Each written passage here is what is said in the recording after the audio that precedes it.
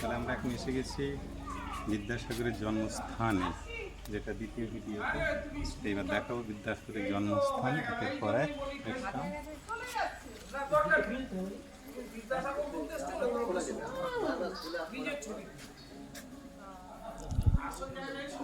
এই প্রবেশ করছি, বাম দিকে রয়েছে বীরসিং কতগুলি ফলক। ফলকে বেশ কিছু 3টি ভাষায় রয়েছে, বাংলা, ইংরেজি, হিন্দি। আচ্ছা, যাচ্ছি। প্রথমে বাম দিকে রয়েছে একটা প্রতীক্ষালয়ের মতো রয়েছে এখানটা, দেখছেন। আচ্ছা, তারপরে দীনময়ী চতুষ্পাঠী। আচ্ছা, এইটায় প্রবেশ করি, এই কক্ষটায়। এখানে বিদ্যাসাগর এবং তার মাতা ঠাকুরানী রয়েছেন, আবক্ষ মূর্তি। এই চমৎকার একটি দৃশ্য। এবং দেয়ালে রয়েছে প্রতি ফলকে নানা রকম বিভিন্ন অভিজ্ঞানপত্র, বিভিন্ন চিঠিপত্র দেয়ালে রয়েছে চতুর্দিকে। কক্ষটি পুরো মাটির বাড়ির মতো তৈরি করা, কিন্তু মাটির নয়, দেখলে মনে হয় মাটির বাড়ি। দীনময়ী কক্ষ থেকে বেরিয়ে পড়েছি। চলে আসো। এবার বিদ্যাসাগর স্মৃতি মন্দির, এইখানটাতে প্রবেশ করব। সামনেই রয়েছে বিদ্যাসাগরের আবক্ষ মূর্তি। আচ্ছা, আমরা প্রবেশ করেছি স্মৃতি মন্দিরে, প্রবেশ করব। স্মৃতি মন্দিরের এই দেয়ালে রয়েছে বিভিন্ন ঘটনার চিত্র, আর সেখানে রয়েছে বিভিন্ন গ্রন্থাবলী বিদ্যাসাগরের। আচ্ছা, বীরসিং থেকে কলকাতা যাওয়ার সড়ক পথের চিত্র রয়েছে।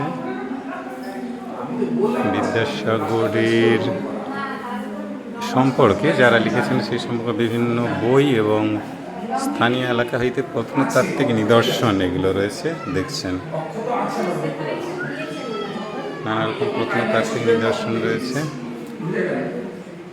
আচ্ছা, বিদ্যাসাগর মহাশয়ের ব্যবহৃত হুঁকার, বৈঠক, ভিজিটিং কার্ড ছাপানো তাম্রফলক ও বাঁধানো কৃত্রিম দাঁত, যেটি ব্যবহার করতেন।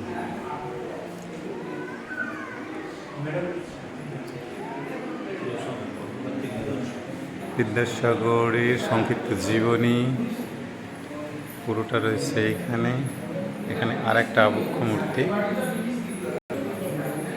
ওদিকেও রয়েছে পুস্তক। এটা বিদ্যাসাগর যে পুস্তকগুলি ব্যবহার করেছিলেন সেগুলি এই লাল মোড়কে। আর বিদ্যাসাগর সম্পর্কে বিভিন্ন লেখক যারা লিখেছিলেন তাদের সংকলন এগুলি। এটি হচ্ছে পুরো বংশ তালিকা। রামজয় তর্কভূষণ, ঠাকুরদাস বন্দ্যোপাধ্যায়, বিদ্যাসাগর আর তার পুত্র নারায়ণচন্দ্র বন্দ্যোপাধ্যায়। এরপরের এটা হচ্ছে বিদ্যাসাগর স্মৃতি সংগ্রহশালা। বিদ্যাসাগরের যে রচনাগুলি তারই এক একটি ফলক বলতে পারি। আর বিদ্যাসাগরের মহাশয়ের জীবনের বিভিন্ন ঘটনাগুলি একেবারে 3 ডাইমেনশন চিত্র করা রয়েছে।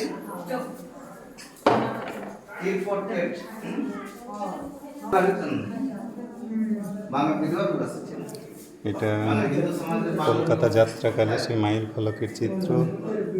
এটা পড়াচ্ছেন পাঠশালার চিত্র। এটা সাহেব সেই জুতো তুলে দেওয়ার, এটা রিভেঞ্জ বিদ্যাসাগর মহাশয়ের। স্ট্রিট আলোয় পড়াশোনা করছেন, রন্ধন করছেন, তার চিত্র।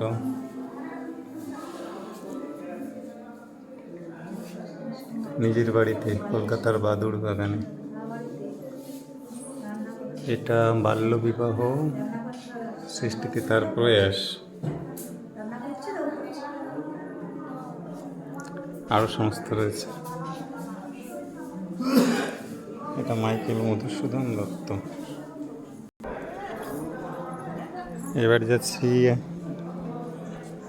আরেকটি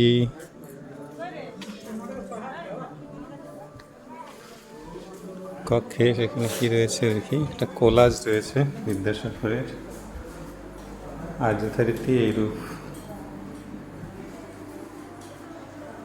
সমস্ত প্রতিমূর্তি তৈরি করা বিভিন্ন ঘটনার উপর। এখানে বহু চিঠি, তার সংকলন, প্রতিরূপ। বেরিয়ে পড়লাম এই গৃহ থেকে, অর্থাৎ 4টি গৃহ দেখানো হলো এক নজরে পুরোটা।